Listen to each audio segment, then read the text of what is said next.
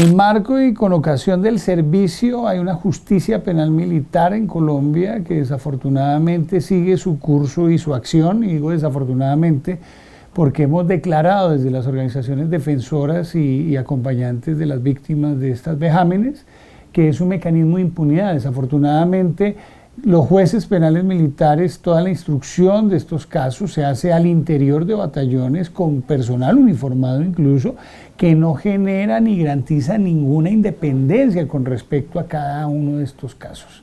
Entonces es claramente una violación del debido proceso porque indudablemente hay una colisión de competencia, hay una relación directa de estas personas con una estructura doctrinal y de poder que se puede poner al servicio, que no necesariamente sucede o no es probable que suceda, se supone, pero que se puede poner de inminente riesgo y peligro a la defensa de estas personas que están allí.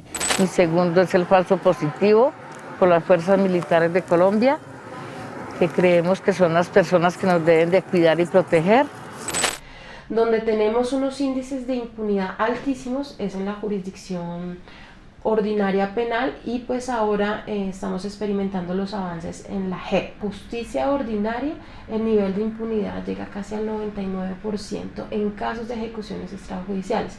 Hablamos de impunidad cuando no se ha logrado llegar a una sentencia condenatoria contra los responsables. Al menos la sensación de las víctimas que representamos es que sí se está generando un escenario de impunidad que les genera mucha frustración. Fueron torturados, disfrazados de guerrilleros con prendas del ejército y finalmente, digo yo, fusilados porque en la unidad de ellos fueron 59 disparos y finalmente abandonados en una vía pública en Ciudad Bolívar.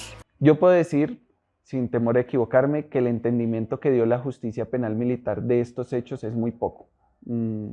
Particularmente organizaciones de la sociedad civil tenemos críticas a la justicia penal militar. Entre otras cosas porque son militares juzgando a militares por conductas que, entre comillas, establecen ellos, fueron propias del servicio. Cuando lo realmente cierto es que estamos hablando de graves violaciones a derechos humanos. No estamos hablando de el gasto de munición indebida que hizo un soldado porque decidió disparar al cielo un día y entonces en el marco de sus funciones eso fue lo que sucedió. Esta sí podría ser una conducta que podría investigar la justicia penal militar, pero lo que generó la justicia penal militar aquí en Colombia fue un gran margen de impunidad, porque en la gran mayoría de los casos llegaba a la justicia penal militar por el propio conducto de las unidades militares y allí se quedaba. Entonces aquí nunca hubo una explicación de está sucediendo algo, es un fenómeno, cuántos hechos hay unos responsables o no, simplemente una justicia penal militar diciendo esto fue una operación militar válida, nosotros investigamos, no hallamos ningún tipo de responsabilidad, archivamos esta investigación. La justicia penal militar fue la que en casi todos los casos asumió en primer término las investigaciones. Y la justicia penal militar, pues de justicia tiene muy poco, es básicamente una máquina de impunidad, de encubrimiento, de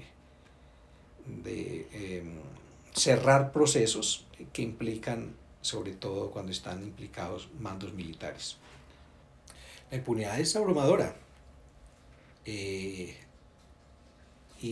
se ha podido romper algo la impunidad por la actividad de las propias víctimas.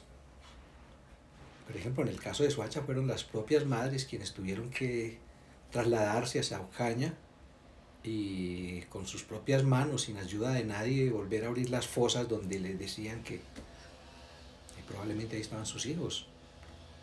Sin acompañamiento de nadie. O sea, una situación absolutamente desgarradora.